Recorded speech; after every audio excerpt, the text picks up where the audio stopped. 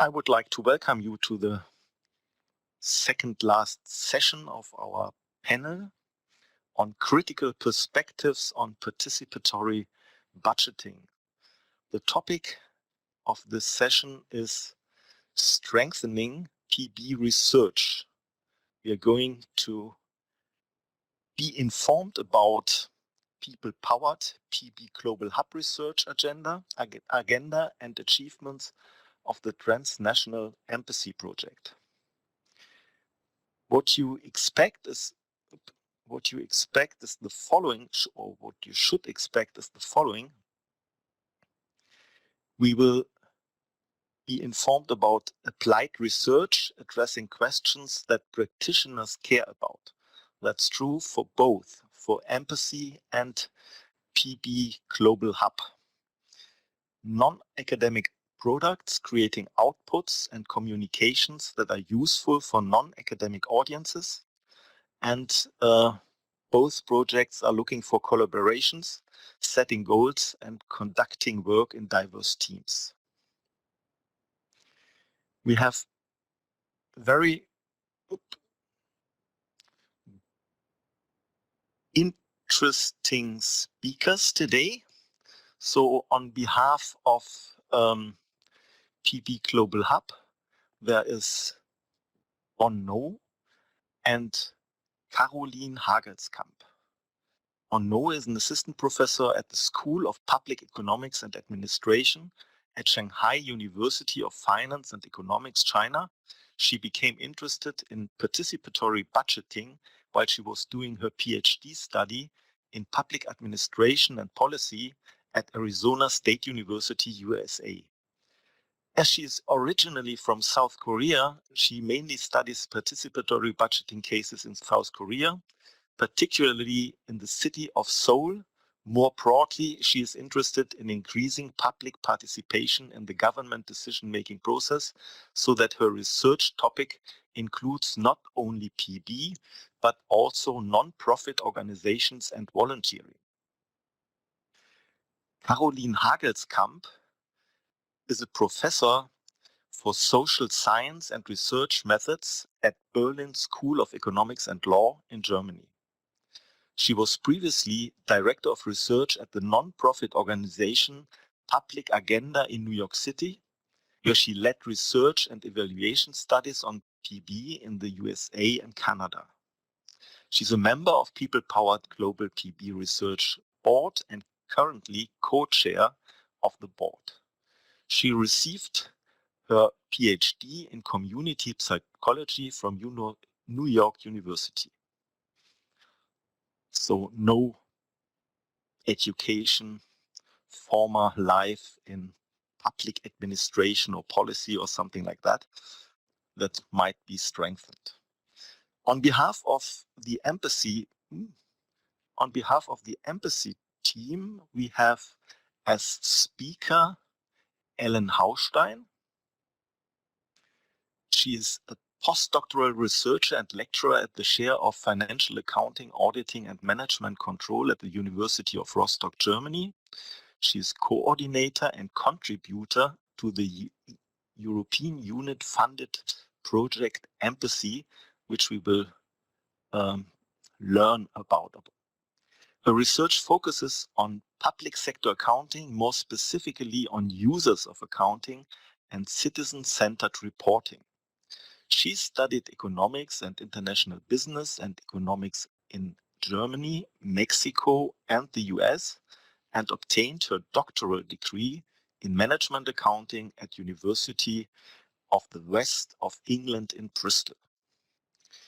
My name as chair is Peter Lorson. I am a full professor at the University of Rostock, executive director of the Center for Accounting and Auditing. Very broadly, I'm interested in any facet of financial accounting in the public as well as in the private sector currently, and I am leader of the EmPaci project coordinated by Ellen Haustein. So that's enough from my side. I just want to outline what is going to follow. We will have different speeches from representatives from People Powered and from Ellen Haustein on behalf of the EmPaci project. And as you can see here, we try to play a little bit ping pong. So in order to get it a little bit interactive and vivid, we are going to start with some information about People Powered, and then we will hear or learn something about EmPaci. Please, one, I think you are going to start. I'm not sure, and indicate when I have to click. I will ask you by next, please. Okay.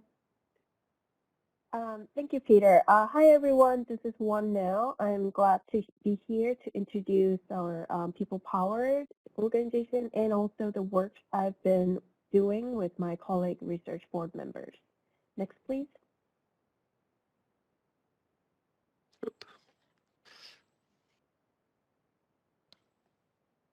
First, I would like to introduce the organization, People Powered, which is a global hub for participatory democracy, launched in 2019. It is a nonprofit organization in the US, but have various people from around the world engaged in and working together. We are the people who recognize and agree to work together to solve this problem. As you may all agree, or at least all know, that people most of the times do not have the power to make government responsive to their needs. And also champions of participatory democracy are generally isolated with little capacity to address common needs. Next, please. So People Powered brought 58 participatory democracy leaders from 28 countries to ask what would take their work to the next level.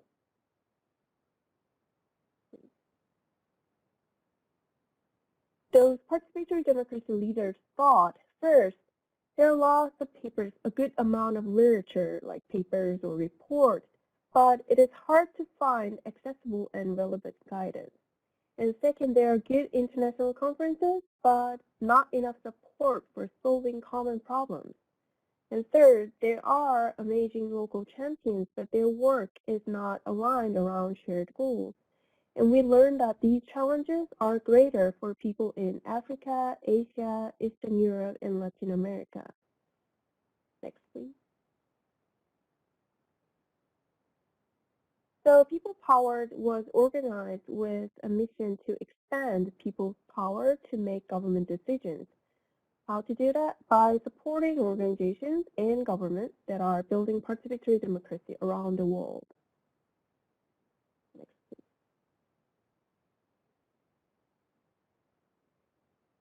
Sorry.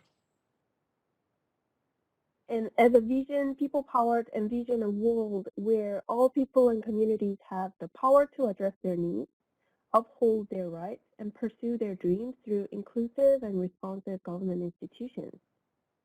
Next, please.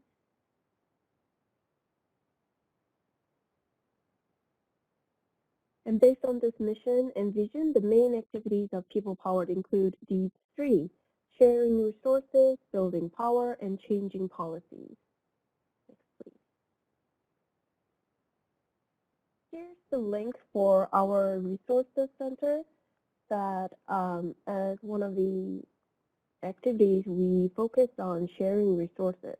People Powered realized that government and community leaders often struggle to find practical and relevant information they need. So as a response, People Powered compiled the most useful videos, guides, and other materials in different languages in a focused online resource center. There are at least like uh, different languages from 8 different countries, 8 different languages, and also various case studies and different resources are available. So I invite you to take a look at this after the presentation. Next, please. And the second main activity focuses on building power. It is to overcome the challenge that new implementers of participatory programs need hands-on help troubleshooting problems, but they often lack guidance. So people-powered provide international learning opportunities and support. So they do training and coaching programs. And one of the key programs is a peer mentorship program that you can also take a look at the website. Next, please. And third, changing policies. Ultimately, people-powered want to change the policies of international institutions and also governments. Like it includes the organization like UN and EU as well, so that they better support participatory democracy.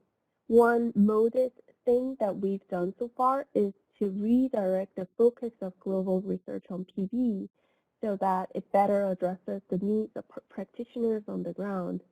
And people-powered convened a global PB research board and worked with it to develop a global PB research agenda. Now the organization is supporting those researchers in carrying out the top priority research. And we're going to talk about this in more detail later in this presentation. Next, please. People-powered member organizations are local, national, and regional organizations that provide direct support for participatory democracy programs, such as PB and participatory policy making, participatory planning, and citizen assemblies.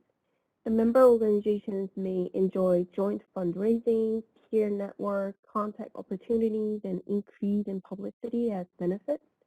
And the member organizations are expected to share announcements about opportunities and requests and contribute to knowledge by providing resources and materials they have and respond to inquiries from not only people-powered but also from other organizations. Now there are about 52 member organizations. Next, please. And there are at least 5 values we put emphasis on, like inclusion, problem solving, equity, learning. But how do we do that? By collaboration.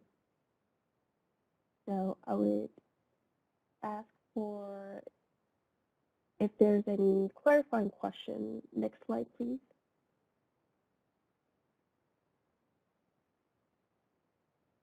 Do you have any clarifying questions? So now is time for short questions. I forgot to outline that at the very end we will have at least half an hour for discussion, broader discussion on special topics. Are there any questions up to now? Please speak up or write in the chat. And if you write in the chat, write to everybody. And please inform me if something is in the chat. No, I cannot see anything. It seems to be clear up to now. So let's continue. We continue with EmPaci, and maybe I forgot to mention that Haustein is also a member of People Powered, not only of the EmPaci project, and she is at the board of directors and co-treasurer, if I remember it right. Dear Ellen, please. Thank you, Peter. Yeah, what I want to do in the next slides is to introduce this EU project, EmPaci. So the abbreviation stands for Empowering Participatory Budgeting in the Baltic Sea region. So you can see it's a regionally focused project. I will show you the map of the Baltic Sea region in a minute. So here we had the challenge that it's an area with a very low population density. Participatory budgeting is not very well known in municipalities and local authorities. And so our idea was with this project to support and educate about PB processes in municipalities.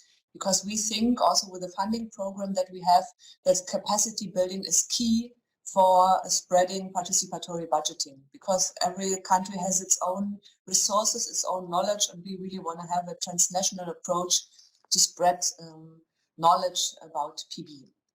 The project duration of EmPaci began in January 2019, And together with the COVID pandemic, it was extended to 3 years now in total until it runs until December 2021. The funding body is the European Union, and here it's a regionally specific fund, the Interreg Baltic Sea Region program, and in addition, financial support is given by the Russian Federation. Next, please. Yeah. So here you can see the program area. So in total, there are 8 different program countries, plus 2 partner countries, namely Norway and part of Russia. And our EmPaci project, it entails 6 countries, namely the northeastern part of Germany, Poland, Lithuania, Latvia, a part of Russia, and also Finland. And so we have 17 partners in total and some associated partners in addition. The basic idea was, when we started to develop this project, was in each country to have at least one municipality that is using PB or implementing PB and piloting, one NGO, so non-governmental organization. Here we were looking specifically at citizen initiatives that help us to spread the PB idea really in the localities, and in addition one academic partner that helps to set up the capacities with all the documents. So we have a short look at who is involved. In Finland we have 2 universities, namely Lahti and Tampere, as well as the Association of Municipalities that helps to spread the idea of PB. And here there are 2 pilot municipalities which are not partners. So it has already been piloted in the city of Lahti, and now our Finnish colleagues are piloting in Riihimäki, so a smaller municipality. They also have their first run of PB. In Germany, we as University of Rostock are serving as the lead partner. We have the chair of accounting of Peter Lorson and also the chair of information technology. We are piloting PB in a smaller municipality close to Rostock, Bützow, and there we have luckily one citizen initiative that helps us really to go to the grassroots, to the citizens, and to spread the idea. In Latvia, there's a speciality because here PB is piloted in a planning region. That means in a collaboration of 25 municipalities, and here a cultural initiative has been selected as topic for PB piloting. And that is so interesting because now also the municipalities in that planning region, they got so encouraged by the PB idea that even now some of the municipalities take over this PB idea. And they are supported by the Social Innovation Center, specifically with respect to communication and training. In Lithuania, we have here also Jaroslav Dvorak and from Klaipėda University, 2 municipalities, namely Telšiai and Rietavas, and they are supported by an associated organization, so also an NGO in Telšiai. In Poland, we have a municipality, Bielsko-Biała. They are mandatorily implementing or using PB, an NGO, so the Baltic Institute for Regional Affairs, that helps us also to spread the PB idea in the total partner countries, and the Union of the Baltic Cities. And finally, in Russia, we have the partner of IPMU University, one Council of Municipalities of St. Petersburg, and here we are piloting PB in 3 different municipalities, supported also by associated organizations. Next, please. So here you can see our team. So we are quite a bunch of persons meeting regularly. So of course we had to switch, unfortunately, from traveling a lot and meeting in person to online meetings, but that also works quite well. Next, please. Yeah, so what for was that project designed? So the addressees are municipalities and their administrations, but of course also citizens in the Baltic Sea region. Of course, the European Union has an interest in enhanced citizen participation. So the objectives were to really establish a climate of acceptance among municipalities, administrations, and citizens with the tool of PB to come closer, to promote a sense of community between these groups, and also to enhance more the communication, given also the quite low population density. As such, we aim to enable municipalities in the BSR, in the Baltic Sea region, to use PB with the focus on capacity building, for example, training materials, and also setting up a network so that the project is also sustainable after the project ends. Next, please. Yeah, these are our outputs, what we are doing. So we have several work packages. I do not want to go into details here, but only the highlights. You can see the small house here on the left-hand side. So this is really in the local governments. We started in our pilot municipalities with a status quo analysis and also with a citizens' needs analysis, so that we first learn about what citizens really want about PB, how they want to have the design. And now, since the last 2 years, we are running pilots in these municipalities. So some of them had really to start from scratch. Local councillors did not even know what PB is, and they were really setting up PB in the different pilot municipalities. Then now, after the first pilots, we did some evaluations, and now a second run is completed in this year to enhance even the process and to learn from it. And this will, of course, also be documented as a learning experience also for other municipalities. Where you can see on the left-hand side this small chalkboard. This is, of course, the background of capacity building. We develop training materials in English language, since this is the common language for us, but also in the local regional languages. And here the pilot municipalities and partners are also offering trainings, face-to-face or also virtual. And the aim is to have, in the end, training materials and also training slides that so that we can others can easily learn about participatory budgeting and how it can be done with different contents. Then the network here, you can see, we started first with local advisory boards in the pilot places, and now we want to go a bit further with a network in the Baltic Sea region and joint events on participatory budgeting to exchange about challenges, but also, of course, exchange about success stories. So how does PB work and how does it work very well? And finally, of course, IT is a very relevant component in participatory budgeting. So we have a separate work package only with IT components. Here we have, first of all, made like a collection of IT features and usability for participatory budgeting. And now in this year, the focus is on PB tools as a reference architecture. So which tools can be used and which are advisable to successfully implement PB. Yeah, so this is my part first of all, and I'm going to link our outputs produced so far to the research agenda of People Powered later on.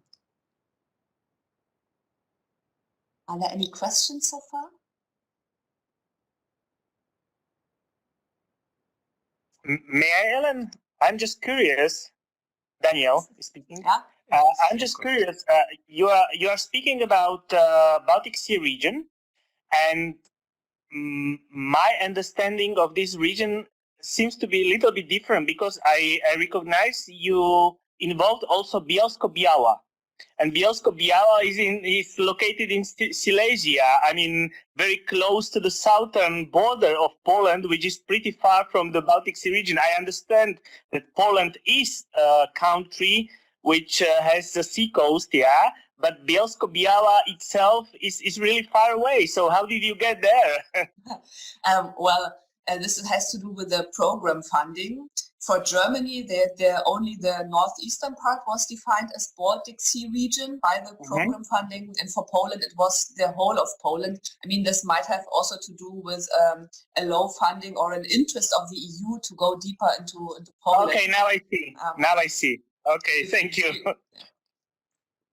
Thank you. Thank you for your question. So No further question, nothing in the chat. Okay.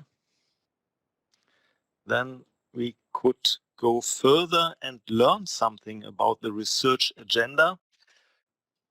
And but before we will hear something about the PB Research Board, its structure, and what it's intended to do and currently doing. Please, Yeah. Carolin. Yeah, good morning. Yeah, good morning. I'm Carolin Hagelskamp. And I will talk first a little bit about the research board, and then the product, the research agenda, and then Juan and I will also later talk a little bit more in more detail about some specific projects within that agenda. So People Powered has two boards, two advisory working boards, a board of international practitioners and a board of international researchers on PB. And here you see both of them together. And I know that a few of you are on the board, so you will see your own pictures here. And these boards typically work very closely together, giving a lot of feedback to each other and working collaboratively on projects. But they also have their own board meetings. Several times a year. And the research board met for the first time in December 2019 in Mexico City. And since then, it has, of course, been working online. And one of the first tasks that was developed, seen as a big need, was to articulate a PB research agenda, a global PB research agenda that would guide both the work of the research board, but also the funding and the research investments of the organization. So People Power has some funding and has resources. They have a small group of staff, and which they want to invest partly in research. So the question is, what are we going to prioritize? So the goal of the research, the task for the research board was to develop this global PB research agenda, and also to create something that will help us communicate to funders more externally about research needs and funding needs. And next slide. So this, on the right side, you see the front page of the research agenda, and you also see the link to where you can download it from the People Powered website. And the goal was, of course, to understand the outcomes and impacts of participatory budgeting for democracy, government, communities, and individuals. So a very clear research goal. But there were also a couple of other goals. One was, and this is kind of a theme that runs across all of our work, is to assist PB implementers and advocates to use data and to use research in ways that is helpful for them, to make evidence-based decisions. But for that, we also need to present research that's relevant for them, for practitioners and other stakeholders.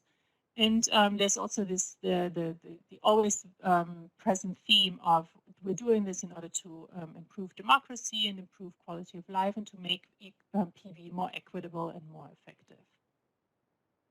The process by which this global research agenda came together is very much a PB process, which is kind of also a theme in People Powered. A lot of decision making is based on the basic stages of the PB process. So in this case, the PB Research Board came together. They brainstormed and deliberated about ideas of priorities for research internationally.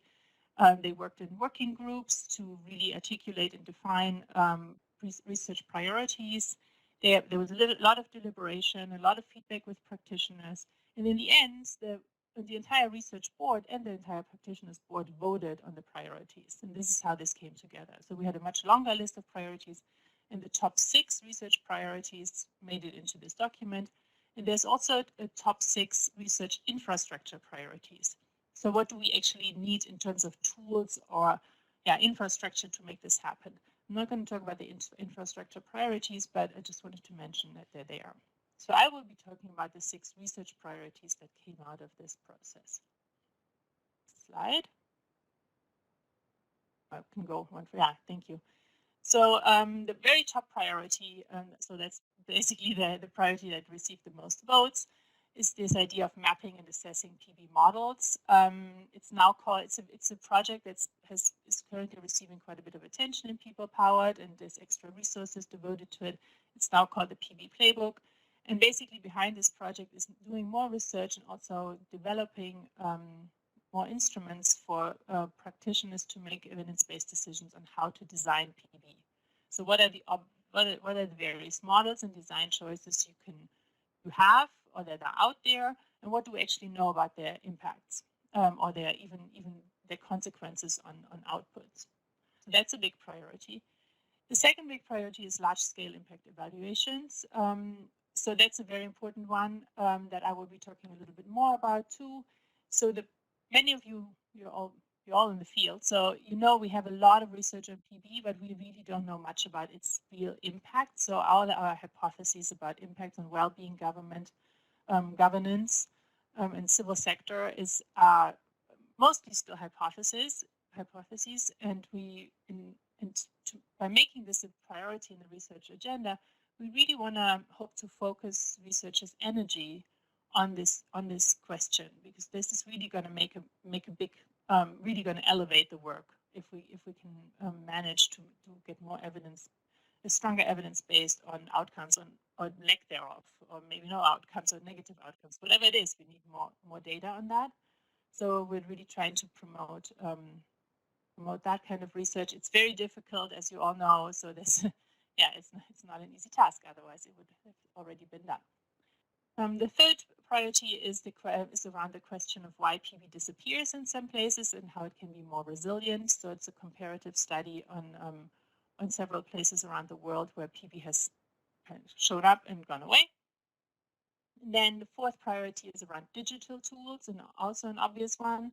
So what are the various strengths, weaknesses, and impacts of digital tools in PB? And that's also a complex question that a lot of people, especially practitioners, felt they needed to know more about. I have two more on the next slide. And then we have the question around national PB laws. So what not, of course, some countries, but not all, have national PB laws. So what's good about them, what's not so good about them? And one is, I'm going to talk quite a bit more about that. And then the last priority is better understanding the role of PB in non-democratic or semi-democratic countries. So across those 6 priorities, we have the main themes that were identified was design choices, impacts, resilience, digital tools, laws, and diverse political context. Next one. And so this research agenda is now out there, and it really helps us to guide our work, and it really helps us communicate within the organization externally. And I'm also want to invite anybody here to comment on it or to criticize it, whatever you want to say. Inside people, within People Powered, we're working, as we've said many times before, quite collaboratively. And Juan and I will talk about a couple of projects that are quite active right now. The work groups are always diverse, meaning from geographically diverse, but also practitioners and researchers working together. There is a central staff, so there's a few people working full-time in People Powered who support the working groups. Of course, now a lot of everything is online. There's shared ownership around the work, a lot of emphasis on transparency and feedback. And yeah, we're always, as researchers, reminded that we should produce something that speaks to practitioners' needs. Good, thank you. Thank you very much, Carolin. Are there any short questions so far? Something unclear?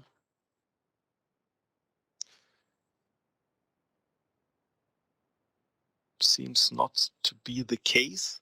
So now, that's a very interesting part. Will Ellen explain how EmPaci contributes to the research agenda of the PB Research Board before it was published? Yeah. So yeah, well, thank you, Peter. So I accepted the challenge. So the idea for EmPaci was created in 2017, 2018, when we had to set up this 60 plus pages project application. And now I accepted the challenge to link the outputs that we foresaw for the project to the PB Global Hub Research Agenda. And I'm happy that I was able to even link each of the priorities to one of the outputs we produce, at least partly. So for mapping and assessing PB models, we have already published a document that is called PB type groups. It's a document that introduces design principles of PB. So this is especially a document for practitioners, and they can learn about what can be different tools in PB, different ways, how can voting be done. So and it is how can it be implemented based on specific preconditions of the municipality and also of the citizenry. So here we have also used material from the citizen survey, for example, to give local authorities an idea what even are the choices they can make, and we have added here recommendations. And on the next slide, Peter, there is just a short insight. So it looks like we have produced like tables where you have a choice. For example, regarding the PB process are the proposals, so the project ideas provided by the citizens. Then what do you have to do? So you have to activate citizens. I do not want to go through this right now, but just to give you an idea, it's like a guideline you can go through, and you can take decisions together also with the local council, for example. So you can find this document at our homepage, EmPaci.eu. There's one part results. However, I have to say I'm quite sad about this, that since yesterday our project homepage is slowing down. So I have informed the web host. It's really a pity that it does not really work today, but I hope that by next week it will run. Sorry. So next one, please. For priority 2, this is about the large-scale impact evaluation. Our project foresees also to establish a PB evaluation scheme. Of course, we are aware that a lot of material is already out there. So we started with a literature review on already existing frameworks for PB evaluation. And here we made like a list, what are the commonalities between these existing schemes and what is added. And my colleagues are here structuring evaluation key performance indicators, for example, along the PB phases. And we will propose, it's not ready yet, the document, like a basic set of, I would say, key performance indicators. So how you can evaluate PB, and like an advanced set if you have, for example, co-creation also in your project, and how can separate performance indicators be used, or what do you have to measure, what do you have to think about. And in addition, some of these evaluation indicators will be used by our pilot municipalities. So they are running individual assessments of citizen satisfaction. So they will partly use also this evaluation scheme. Next, please. Yeah, how can become PB more resilient? Here we are, of course, building on the idea of capacity building through, on the one hand, training materials, so that not each local government needs to start from scratch, but that we share training materials, we share training videos also in national languages, and further materials also in English. So really to have like a baseline of knowledge about PB. And also we are running or establishing this BSR PB network, where we will exchange on ideas and challenges, because we see that sometimes local authorities are really struggling with some challenges that can be easily, not easily, but that can be maybe exchanged through such a network, and ideas can be exchanged. Next, please. Yeah. So here you can see that we started already with some trainings also in the Baltic Sea region network. So we had a first network afternoon in March this year, where for example, in the city of Lahti, the pilot was introduced. How did they run their co-development phase? And we also had like joint breakout rooms where we exchanged on ideas. What are groups rather hard to reach through PB? How can we activate it? So that here it was really a very energetic and lively group to exchange on the ideas that comes from all over the Baltic Sea region. So that was, I think, really inspiring for all of us. Next one.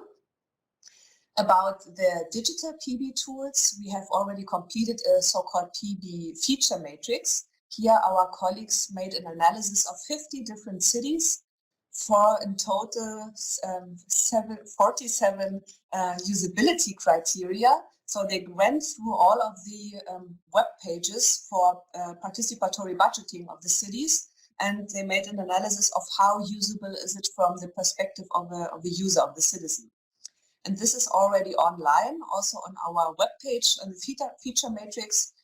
You can use a filter if you want to have specific information about one country, or you want to have certain design principles. You can filter that, and then the user is provided with examples. What are examples that completely refer to this idea?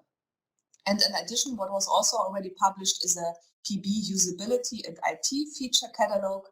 Here also local governments can take a look at and can learn about how can I make the digital part of PB more usable. What do I have to think about also to make it, for example, more usable for people who are visually impaired, for example.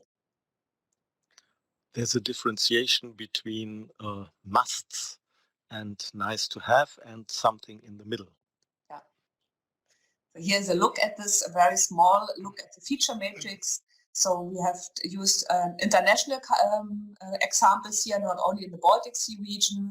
Here are the different criteria, and we have 50 cities compared here, and you can check it once the homepage is running smoothly again, EmPaci.eu, and there you can find the feature matrix. So number 5 is the national PB laws, best practices. So we have already published a document with a status quo analysis, not only of the partner countries of our project, but all countries in the Baltic Sea region, where you can learn about the status quo of the legal requirements for setting up PB, and also more specific information about the pilot municipalities. And what we will also produce is like a comparison of PB regulations of our partner municipalities. And we will post these as a database in the national language for the pilot municipality, but also in English language, so that interested persons can learn and inform themselves about how can a PB regulation look like and what do I have to adhere when setting up such a document. And finally, here's a look at the status quo analysis. So we went through the BSR countries and compared, not of course only the type of government, but what is the status quo of citizen participation and participatory budgeting. Next, please. And finally, I tried to learn the term or to pronounce it correctly, the role of PB in authoritarian countries. So here, of course, if we look at the democracy index, Russia can be called as a country where it is more authoritarian than the other partner countries in our project. So that here we have Russia as one project country. Here, PB is even not called participatory budgeting, but initiative budgeting, because mainly citizens can only submit like initiatives. They have to find supporters, but the decisions are taken mostly by the municipalities. So that here we have to adhere to quite a bunch of legal norms that have been even renewed this year, which placed quite a challenge for our pilot municipalities in Russia. That refers to voting procedures and also usable platforms. So you cannot simply use any social media for promoting PB, but in Russia you have to take certain IT components that have been prescribed. So that is quite a challenge that we also tackle in our project, but I think we tackle quite successfully. Okay, next one. Thank you. So that's it for now. Thank you. Thank you, Ellen. Thank you very much. So it seems to be that we can contribute to the research agenda. Very interesting results so far. And again, are there any short questions?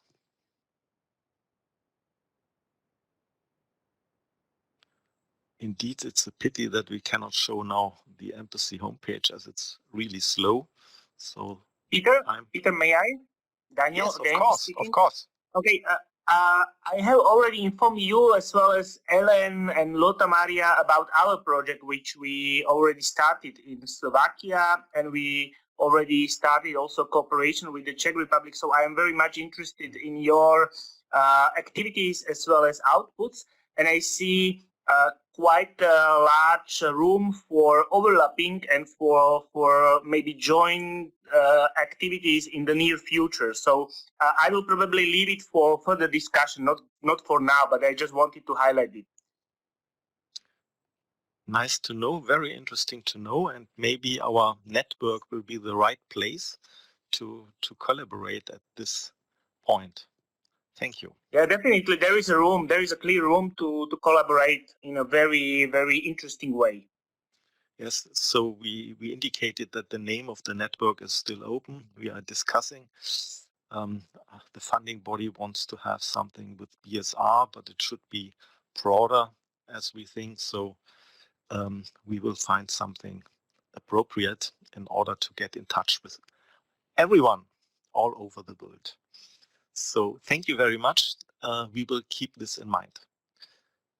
If there's nothing further, then we want to switch to two research examples. The first is presented by Von, and the second will be presented by Carolin. She's very much engaged in theories of change and developing a theory like this in an early stage, as she mentioned, and I think we will have some points to discuss so far, but the national PB laws are very interesting as contingency factors also, and let's start with it. Oh. So, yeah, we would like to introduce two examples of research projects that the people-powered Global PB Research Board members been working on.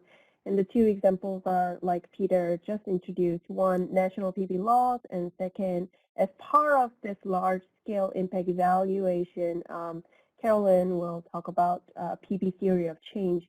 And before I start introducing these projects, I would like to first let you know that these projects are still in the progress, so we would appreciate any feedback or comments if you have any. Next, please. So the first project example is National PB Laws project that I've been working with Professor Stephanie McNulty at Franklin and Marshall College in the U.S. How many countries do you know that have legalized or mandated PB? We found that there are at least 14 countries which have established a national level law on PB. But how they legalize differ based on which law they have based on. For example, there are countries which have a separate law on PB specifically, such as Dominican Republic and Peru. And since PB is part of the budgeting, there are other countries which mandate a participatory process in the budgeting process, so have national finance or national budget law. And examples are South Korea, Kenya, Portugal, Poland, or Ukraine. And also, by emphasizing the participatory part, there are countries required PB under citizen participation law, like Ecuador, Colombia, or Scotland. Meanwhile, Indonesia, recognizing the need for participatory process in the planning and development processes particularly, they established PB within the national planning and development system. And also Cameroon or Panama are the countries which required PB within the reform of the national decentralization process. Next, please. After categorizing the types of law the countries mandating PB, we looked at the reason why they did mandated PB by law.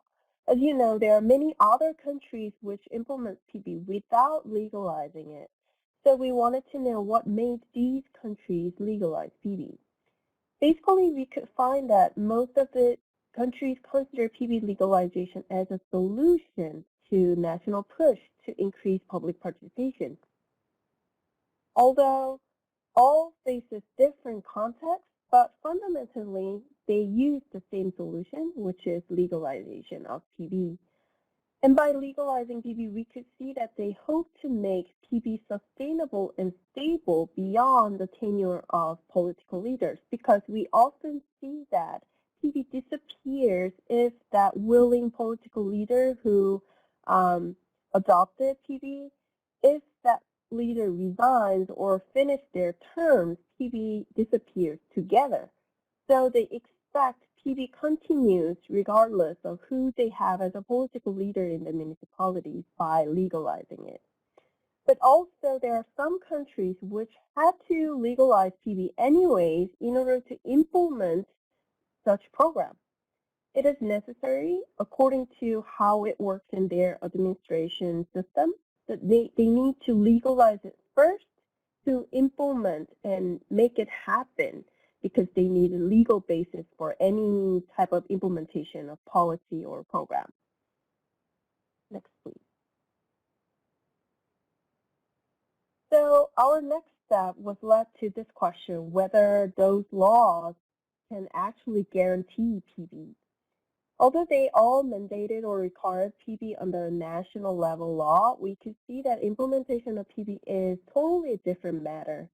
There's a varied degrees of implementation within the country, from no implementation to full implementation. We could see that in some countries there are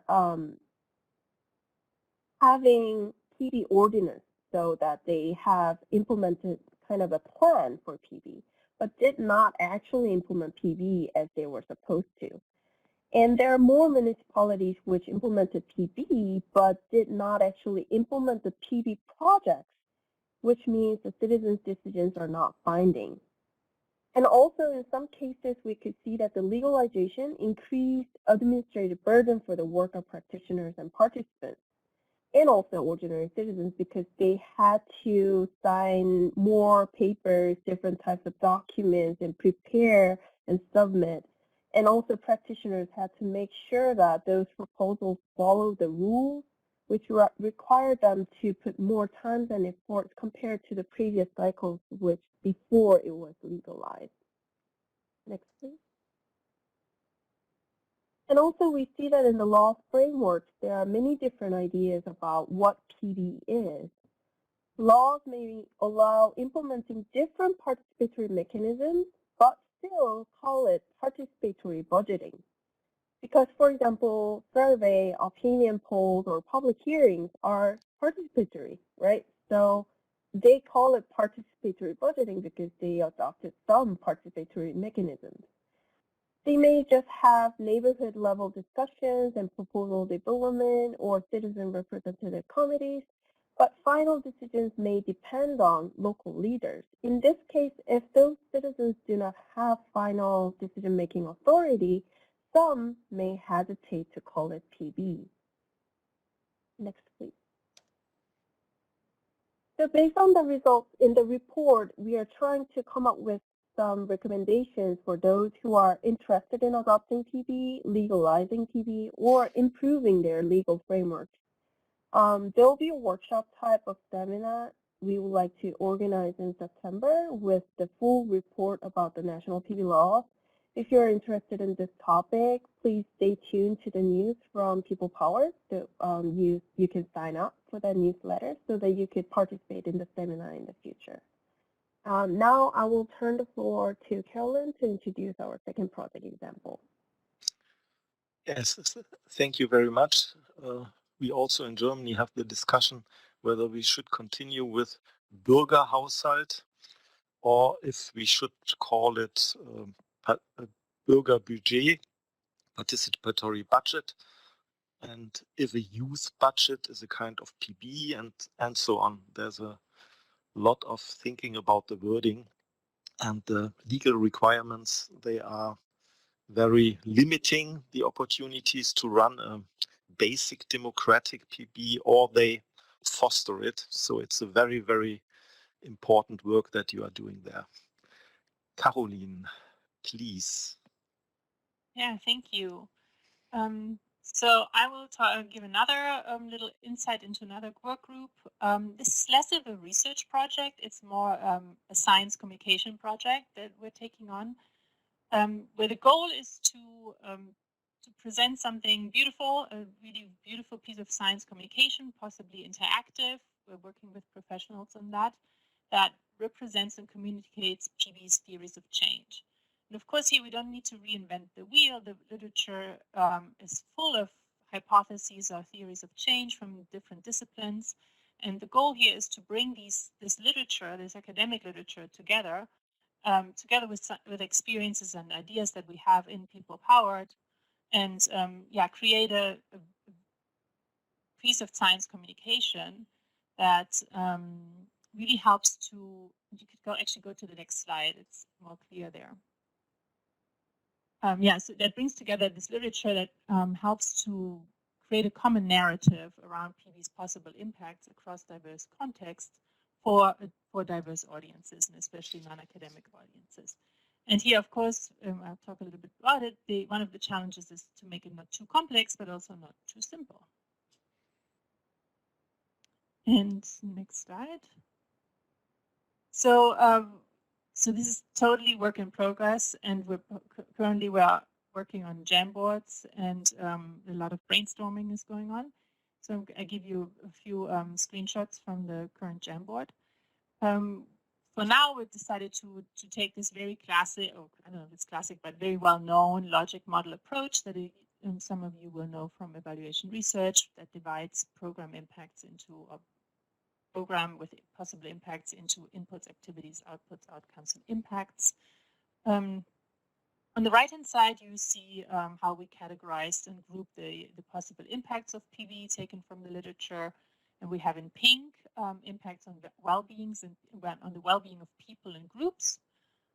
We have in blue impacts on the strength and potential of civil society, civic sector organizations, especially operationalized around mobilization, inclusion, and then the capacity to build and maintain networks and participate in co-governance. And then we have a third level of impacts around in the political sphere and governance. That includes political empowerment, but also long-term policies, long-term decision-making, accountability, transparency, co-governance kind of things. There's one missing here, and that was a suggestion by Paulina, who's I think on this among the audience here. In our last meeting at the research board, I think Paulina, you mentioned that we need to represent impacts on the environment, so impacts on the well-being of the planet as a long-term goal of PB. And I thought that was great, and we don't have it here yet, but it's going to be there. It's going to have a new color, so that part will be represented as well. Okay, next slide. And then all the yellow sticky notes are represent the process. So the inputs, the things that are going into the PV process, the activities, the various kinds of activities and stages of the PV process, and the immediate outputs. So the things we can count in order to see, did it even take place? So this is why it's all yellow, because this has nothing to do with this doesn't represent impacts yet. And if you look a little bit more closely at the sticky notes, I think they will all sound very familiar to you, because we all know PV research. So the interesting part, or the very important part for researchers and practitioners, are the outcomes. And we can go to the next, yeah, thank you. Because the outcomes are kind of the mediators between the actual process and the long-term and partly maybe idealistic impacts. The outcomes are the things that are measurable, and that you can still theoretically link back to a specific PV process. And again, here we distinguish by color coding, individual level outcomes. Those are these kind of knowledge, skills, empowerment outcomes on individuals and citizens. We have the blue outcomes that represent direct outcomes on civil society. And then we have the orange to represent outcomes on policy and governance. And then here we also have the green outcomes, which represent the decisions that have been made through the PV process. So the actual where's the money gone? Has there been any changes compared to a regular budgeting process on infrastructure and programmatic programming? This whole thing is also considers context. Of course, context is hyper important, and that's a big challenge to represent that well. You see that in the top.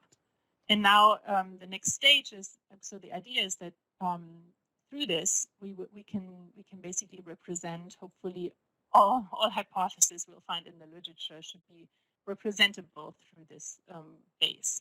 And I want to give two examples of that. And I don't know if you can read the hypothesis that I wrote there, but I'm also going to talk about it. So in this concerns the role of civil society, the hypothesis being that strong civil society at the outset facilitates more equitable, inclusive PV processes. So it's civil society can have a role at the outset of the process to improve it. That's the path A. Civil society can also be a beneficiary of the process. So this path C is that through inclusive, intensive, well-designed PV processes, civil society alliances can strengthen, new civil society organizations can form, and through this strengthening of the civil society network, the advocacy possibilities are strengthened, and the possibility of co-governance is strengthened, which will then eventually lead to more social justice policy making. And then the third possibility how civil society can have as a role in this is that it runs parallel to, that it also runs parallel to the PV process. That's the path B. And that's the idea that PV in a context where there are civil society organizations that are already themselves practicing this participatory engagement, then you have a community that has not just this one PV process, but it also has other ways of participatory engagement through civil society, and those effects are likely to double up. Thank you. Next one, and the other example, and there's many. You see where is it here? The next one I think is hypothesis 14 on the next slide. Yeah, so there's many other hypotheses. These are just examples of how I'm trying to see if everything I read in the literature can be somehow fit here with some errors and fun Jamboard activities. So here, this one is this hypothesis around the idea that PV elevates residents' greatest priorities and ideas. So this is an output. PV happens, and all of a sudden, well, not all of a sudden, but PV happens, and then the decision-making space around the budget has increased with people's priorities and needs, perhaps new ideas or other priorities than were there before. The question is, what does that do? And we know from research from the literature that when that happens, that a lot of people's priorities around the world, they vary from country to country, but they center around health care needs, basic infrastructure, and education. So what happens when these ideas become elevated in the decision-making space?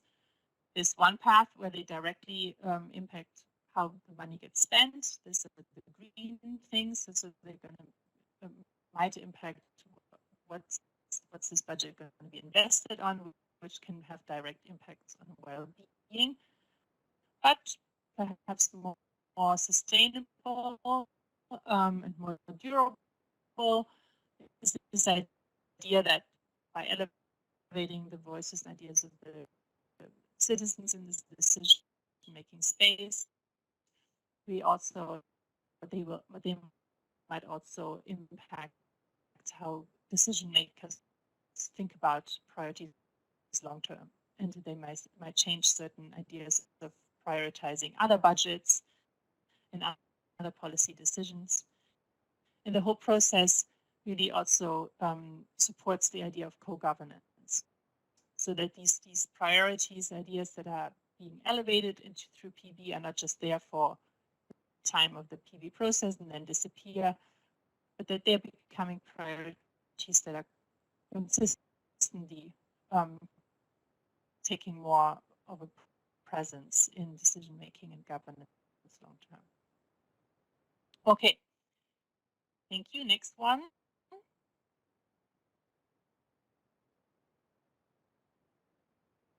Next slide. Variations in program designs. You should see it. Can you guys hear me? So we have the impression that you have a little bit problem with your internet connection. Am I disconnected? Yes, the mic is connected, but it was sometimes interrupted a little bit. Oh, And Oh, I now didn't hear anything on for my a while. screen, I have the variations in program Yeah, I'm going to designs. turn the video off. Sorry, I was completely not. You were all frozen.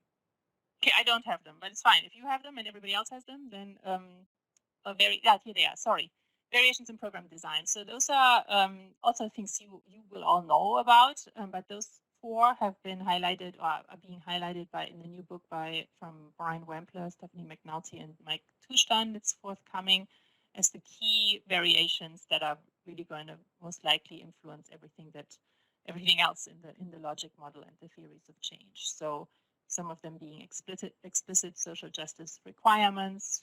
If they're there from the start, that will really design a whole completely different PB process, the scale, and also the amount of oversight that is extended to citizens before, during, and in the implementation of the projects after the process. Okay, next slide. I apologize for the bad connection. Thank you. So yeah, I hope I've communicated that this is more of a design and communications challenge and work. So we're dealing with this issue of simplicity versus complexity. There's also this issue of just using this logic model and causal representation is not something that everybody agrees with and that works for everybody. So it's not a completely uncontroversial way of talking about impacts. And always thinking, we want to do something that's not very text heavy. Maybe among researchers, you will say, why don't you just all write this down in 25 pages and then you got it? But that's not going to help us communicate well with funders, and it's also not going to communicate well with other stakeholders. So we want something more visual. The representation of context, I'm really curious how designers what they will suggest around that. Operationalization of outcomes in diverse contexts is not really into. We have to figure out how to and what kind of depth we want to represent that even an outcome like skill building or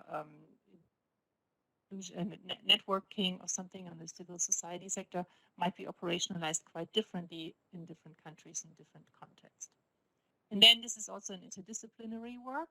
So we're not when we work, we have a lot of people from different academic disciplines. So we're still trying to figure out how to represent all the various deeper theories and disciplines that are behind all these ideas, and to what extent they need to be represented. So I'm looking forward to your feedback on that. I hope that this will end up in a really nice. It will really help communications. It will help locate evidence base, but also lack thereof, and that what will come out of this will be quite engaging and fun. On the next slide, I've brought some questions for you, but I will them for the discussion. Thank you. Yes, we keep this for the discussion. Thank you very much, Carolin.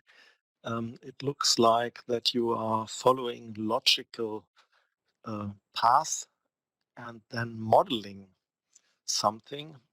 Maybe this would be of very interest for quantitative research in the very end, in beforehand qualitative research, to check on the relationships that are expected, and maybe in the long term quantitative, in order to predict how to make really a PB resilient and to improve life of citizens. Okay.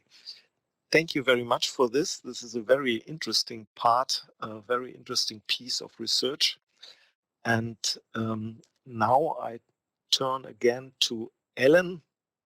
Looking at the time, it would be nice if you could keep it very short. I know it was my wish to add this agenda point in order to complete the ping pong and not to end with PB people powered, but nevertheless, it would be fine to have some time for discussion. So I do it in a minute. So I already introduced the work packages to you, and we will have further project outputs, so analysis of citizens' needs. Maybe you have heard Hans' presentation yesterday with data sets of 20,000 persons. We will also publish a report here. And the evaluation scheme, for example, there will be training material with the curriculum and online manual. And of course, we will strengthen our network set up a tool for PB, collecting PB material, and we will continue to work on the PB digital tools. So please keep our homepage tracked and you will find interesting results throughout the year. And I would leave this part to you, Peter. Thank you. Thank you, Ellen. Very briefly, I appreciate that very much. So yes, it is important to collaborate. If you have a joint idea, it's not worth working in small groups, but those groups should be connected. And as you can see here, People Powered is a huge network that spreads all over the world. And we have highlighted here in orange the countries in which EmPaci is represented at the time now. Maybe this will be enlarged when we will have the BSR network again, and we will try to collaborate with People Powered. I'm quite sure about it too. So it should be highlighted that we are represented in one country where People Powered is not represented. It's Latvia. So there is no clue around this country. But when you look at this in total, then you find out that the major part of representation of both networks is in Europe. So there are many countries enumerated in Europe. So this is just to give you an overview where People Powered is represented and where EmPaci is engaged and where we see overlappings. And maybe that's an idea in order to develop the network further too. This is very impressive on behalf of People Powered, as you are a very young network, not long-term established. It was very interesting. So, and Ellen just added that PB will become mandatory in Latvia from 25 onwards in order to know it. So, to the floor. Do you have any questions? I'm sure about it. What would you like to know?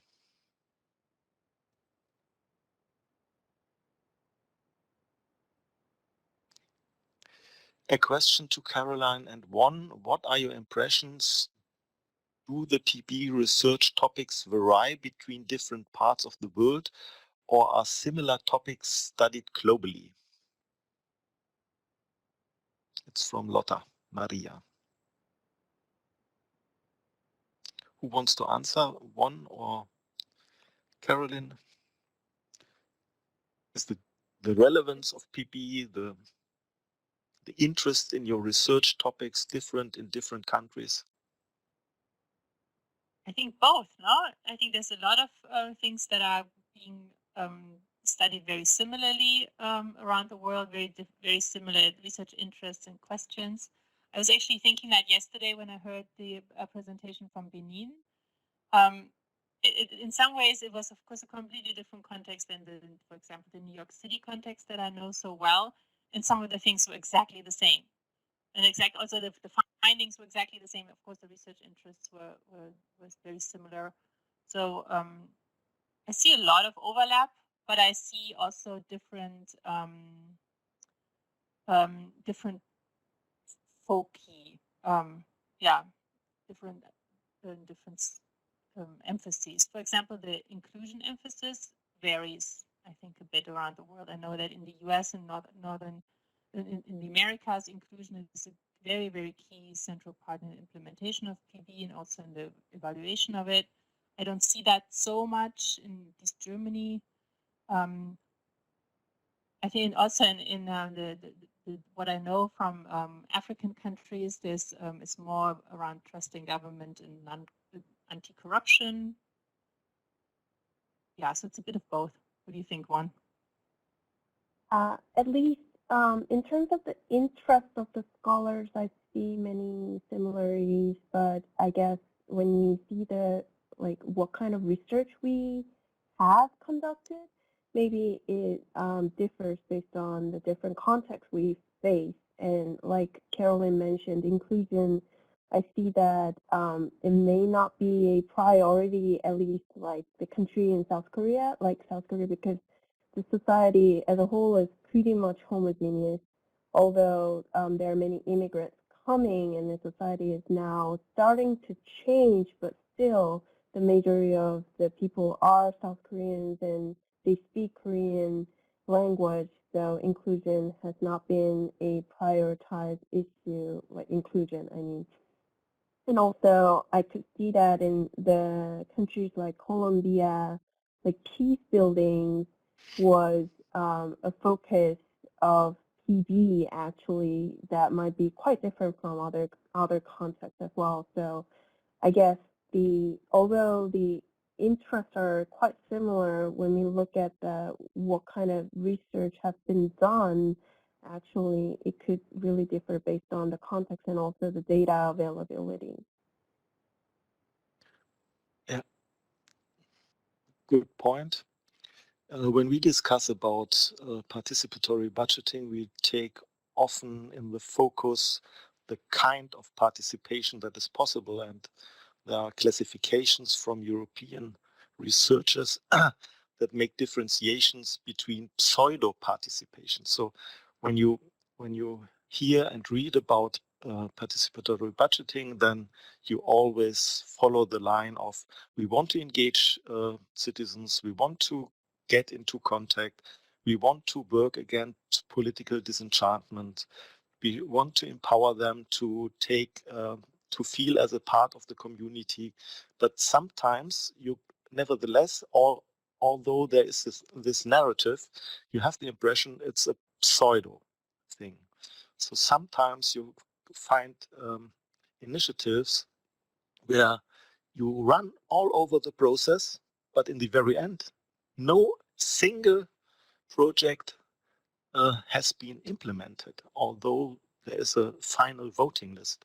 And this is something we have to keep in mind too, that it's a kind of window dressing maybe there, that we should receive some sand in the eyes. There's a further question from Paulina, and Paulina asks about the BSR network, and she could just address to Lotta Maria. She wants to know whether the BSR network does continue after the EmPaci project has ended at the end of this year. And maybe Lotta, you can answer it. You don't have to ask. Yes, For it. thank you for the question, Paulina. It's the idea that we could continue with the network after the project ends, but of course we are tied with the budget that we have in the EmPaci project. So this is a challenge, of course, for all of the networks and collaborations that are connected in some project funding. But yes, hopefully we can find a way to overcome this issue. As we have an intrinsic motivation to bring this topic further, it was not just to get some funds and to have a funding record as a professor or something like that. It's a kind of hard blood that is invested here. So there is a question. Sorry, I forgot the name. Is it Daniel? Do you consider introduction of mandatory PB an efficient way to ensure its resilience? One, you should have some insights on it. Yeah, so just making it mandatory may not be efficient. It really depends on how you mandate it, like at what level of law, what type of law, and also what kind of incentives you put in the legal framework to make it really stable and resilient. We see that, at least since I'm more familiar with the South Korean case, let me refer to the South Korean case. There are all the local governments are required, mandated to do participatory budgeting, but as I mentioned during the presentation, that participatory budgeting may mean any type of participatory mechanism. So when you just allow any type of participatory budgeting like mechanism is okay in the law, then you may see the local governments just doing surveys or public hearings and then call it participatory. So when you try to mandate it, you may want to think about what kind of participatory budgeting you would really require mandate. And let's say you have mandated PB, then like Peter mentioned, there might be some problems of like making the citizens' decisions binding. Like if there's no projects implemented after PB, then people may lose hope of participation and also continuing it. At least in South Korea, implementation of those winning projects has not been a problem because all the processes have been led by the government. So for example, if there's a winning project that'll be implemented located in one district government, then that district government is in charge of implementing that project. So all the funds will be distributed or allocated to that district government, and it became a part of the project that government will implement in the next year. So there has been, I would say, less problem regarding the implementation in South Korea case. So that might be a good lesson for those other countries having the problem of implementing PB winning projects. So my answer is it really depends on how you mandate it regarding the laws and how you write in the laws. Okay, thank you very much. There are further remarks and questions in the chat. So Lotta Maria wants to add to her comment that the planning of the next meeting in the BSR network is ongoing. And Enrico Bracci asked the following: in Italy, most of the PB initiatives involve only capital expenditure. Do you have experience of PB involving current expenditures? I'm following the PB initiatives in Italy. I am therefore interested to collaborate. Many thanks. So maybe someone can answer.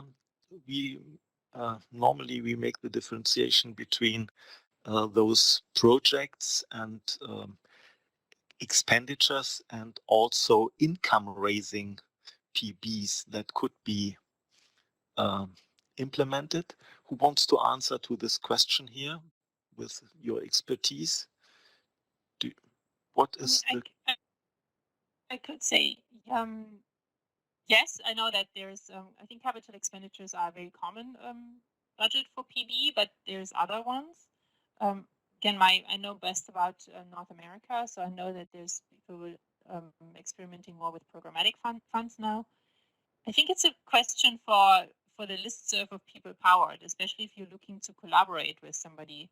I can send you I can send you an email to send your question to, and then maybe spread it more in the whole people powered network. They will get the expertise of everyone, not just one in mine. Very active promoting of your network. So in the BSR region, we have some information about this too. So we have the status quo analysis and what is the main... I'm just typing of this. So in our pilot municipality in Bützow, they have only fund projects that have no follow-up costs. So there are no current expenditures as such. There are rather investment projects. But I could think of an example of the city of Stuttgart. Here, the final decision about the projects to be implemented is done by the local council only. And here, of course, it might be possible that also projects have follow-up costs. So they also involve current expenditure. For example, if they set up a garden and then in the next years you have also to employ a gardener or something like this. So it is possible, but that would be, I think, dependent on the design of the PB again. So who takes the final decision? I think if citizens take the final decision, you will only have like the investment expenditures, or how Enrico called it, the capital expenditures. That would be my view on this. But especially in Stuttgart, in the first run, they found ideas how to raise income of the city, and it was were proposals from the citizens where you could raise some money in addition, and shortcutting ideas, shortcutting of expenditure is also invited to be proposed. They have the three areas in which proposals might go. So Paulina, one question to Von about national, it goes up to national PB laws. PB mentioned accurately by name in national laws in the countries you mentioned, question mark.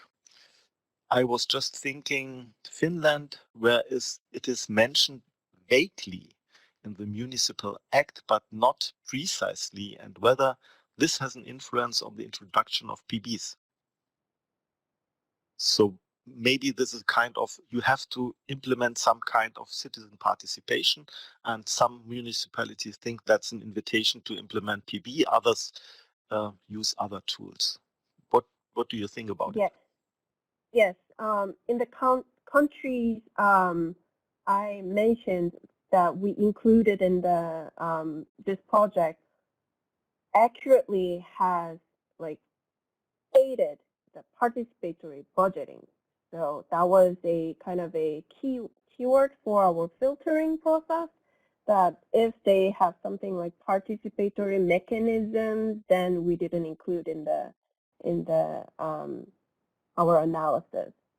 And I think it has influence on the introduction of PB, because if they really explicitly state participatory budgeting, then those sub-level governments or whoever influenced by that law should consider implementing PB. But like compared to other cases, if they just like mandate any participatory mechanisms, then they would just thinking about whatever they can select conveniently. So it really matters. But there's, as I mentioned, a like gray area. Like they have mentioned the participatory budgeting, but allowing other types of participatory mechanisms, then it gets problematic. So that's the point I wanted to raise. Even though they explicitly state that participatory budgeting need to be implemented, but what they mean by participatory budgeting differs by definition. Okay, thank you very much, Von. We are running a little bit out of time, and I don't see any further question in the chat, and that's maybe the point, a good point in time to end the session. I found it very inspiring. I was following the work of People Powered during the last month. I took part in many webinars. Now I understand a little bit better the background, and I wish you all the best for the future. We'll be in touch. We'll stay in touch. We will stay in touch, and maybe anyway, People Powered will last longer than EmPaci. But the prospects about our network are not. I'm not a prophet, so I will not do any prophecy about this timeline. Anne is just writing that we meet again at 1 o'clock in this room. Thanks for attending. Thanks for everyone. Very much. I would thank to say thank to our panelists. Von, very impressive. Carolin, your theory of change is very challenging, and I will be very interested in follow-ups. And Ellen, I appreciate your work very much. You know it. Thanks to all of you, and goodbye. And yeah. Yeah, thanks a lot to you. It was great moderation, and thanks for bringing this together. Okay. Thank you very much. Thank you. Bye-bye. See you later. Bye.